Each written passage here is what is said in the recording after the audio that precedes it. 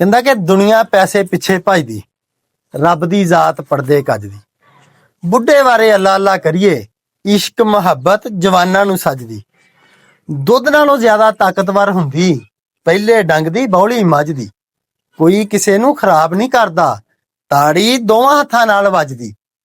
ਤੇ ਕਿਸੇ ਦੀ ਪੀੜ ਦਾ ਅਹਿਸਾਸ ਨਹੀਂ ਹੁੰਦਾ ਜਦ ਤੱਕ ਆਪਣੇ ਸੱਟ ਨਹੀਂ ਵੱਜਦੀ। ਜਿੰਨੀ ਮਰਜ਼ੀ ਦੌਲਤ ਇਕੱਠੀ ਕਰ ਲਾ, ਬੰਦਿਆ ਕਦੀ ਵੀ ਨੀਅਤ ਨਹੀਂ ਰੱਜਦੀ। ਤੇ ਕਹਿੰਦਾ ਧੀਆਂ ਦਾ ਸਿਰ ਤੇ ਭਾਰ ਨਹੀਂ ਹੁੰਦਾ, ਗਰੀਬ ਦਾ ਕੋਈ ਵੀ ਯਾਰ ਨਹੀਂ ਹੁੰਦਾ।